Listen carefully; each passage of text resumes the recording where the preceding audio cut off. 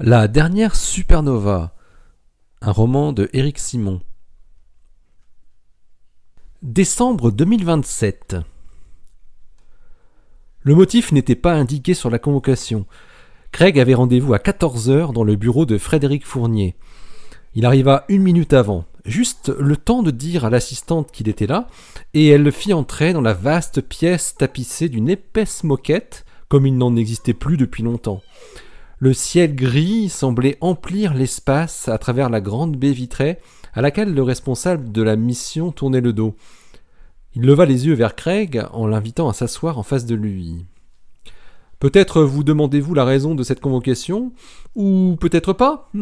Je vais en venir tout de suite au fait. Nous avons détecté une tentative de déstabilisation vous concernant. Celle-ci a eu lieu le mercredi 24 novembre dernier. Vous avez, semble-t-il, montré un comportement qui nous a été signalé comme suspect, avec une volonté affichée de vous séparer volontairement de votre escorte.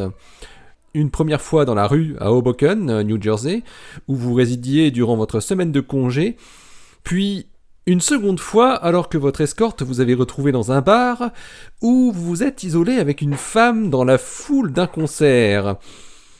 Une certaine Cathy. Brune, la trentaine, plutôt jolie, avec un léger accent étranger non identifié.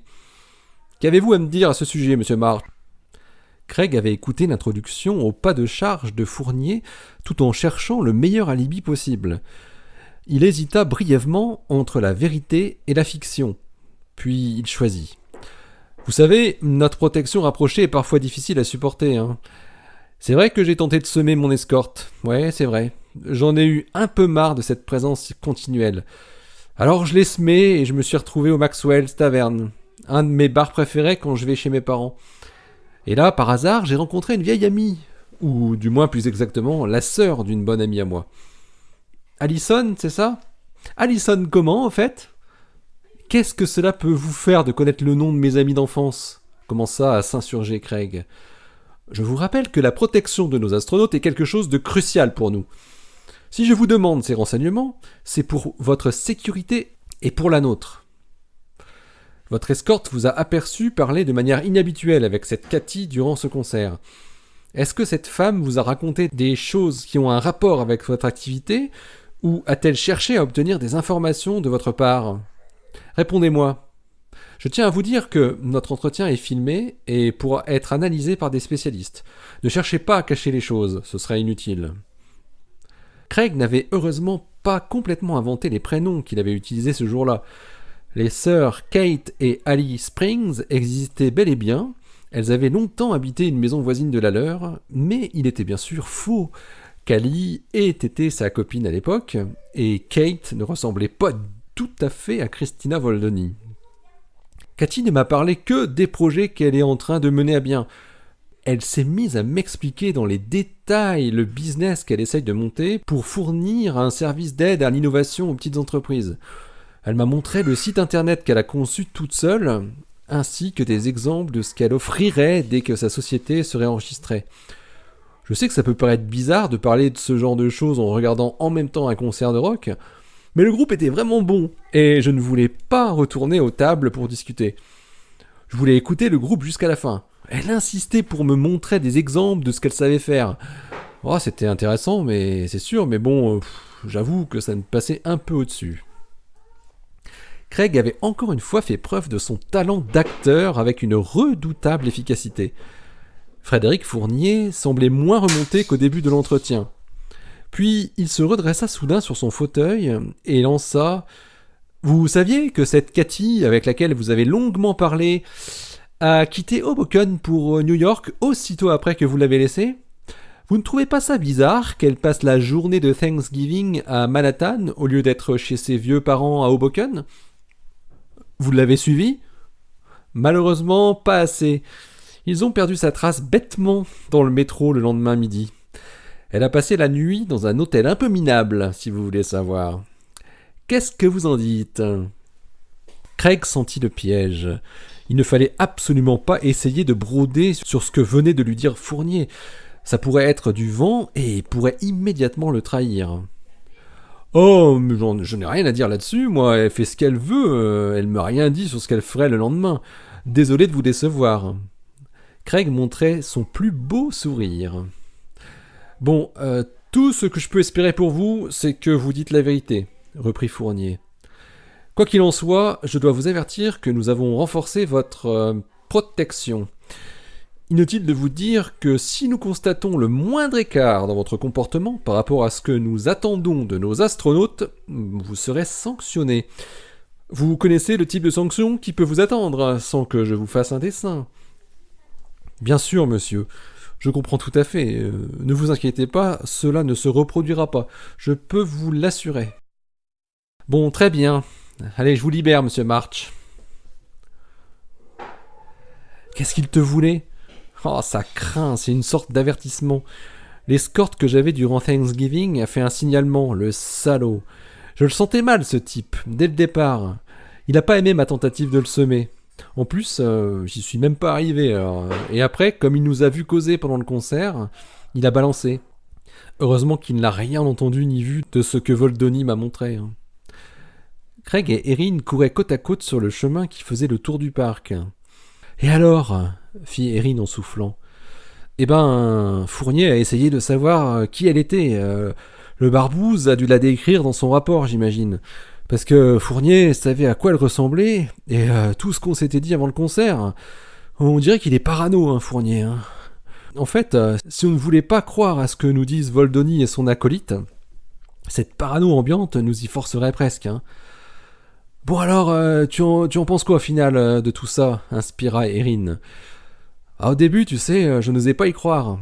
Et au fur et à mesure qu'elle m'expliquait les choses, j'étais de plus en plus convaincu. Hein.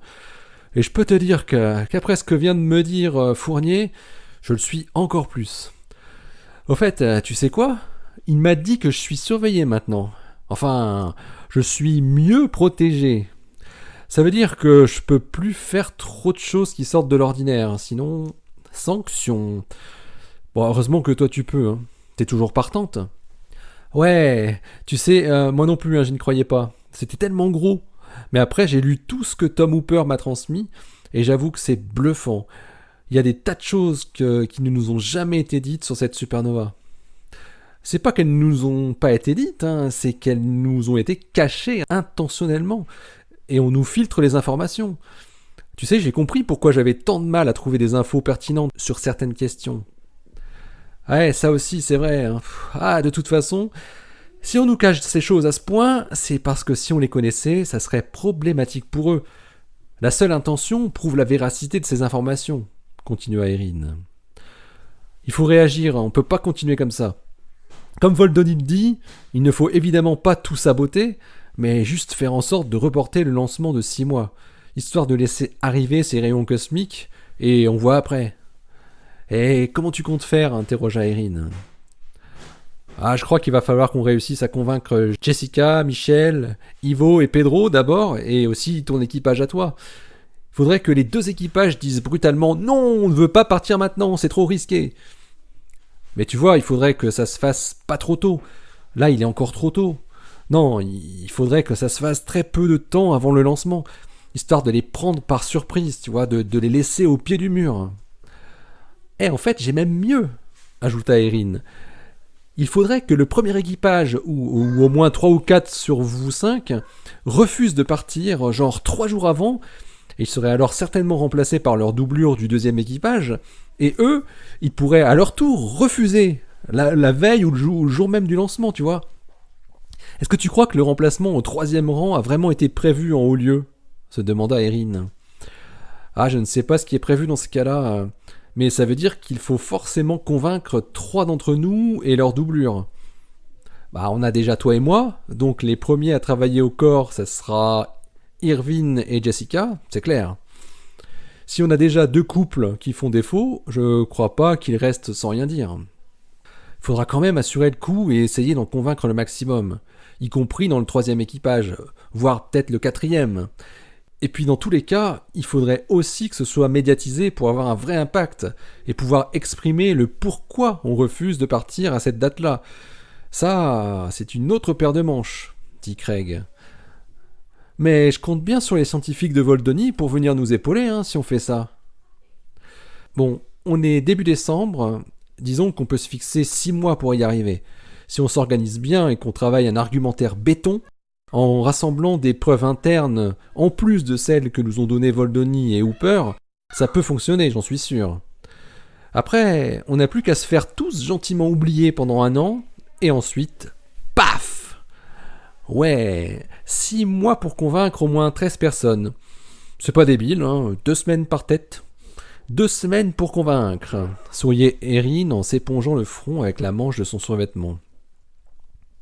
Ce qu'il faut voir aussi, c'est qu'au fur et à mesure qu'on aura convaincu plusieurs personnes, ils nous aideront à convaincre les autres, et ça devrait être de plus en plus facile. Je préférerais commencer par Jessica. Ça te va ? Proposa Erin. Comme tu veux. N'oublie pas qu'il faut rester discret et y aller doucement. Il ne faudrait pas qu'une forme de suspicion remonte en haut lieu.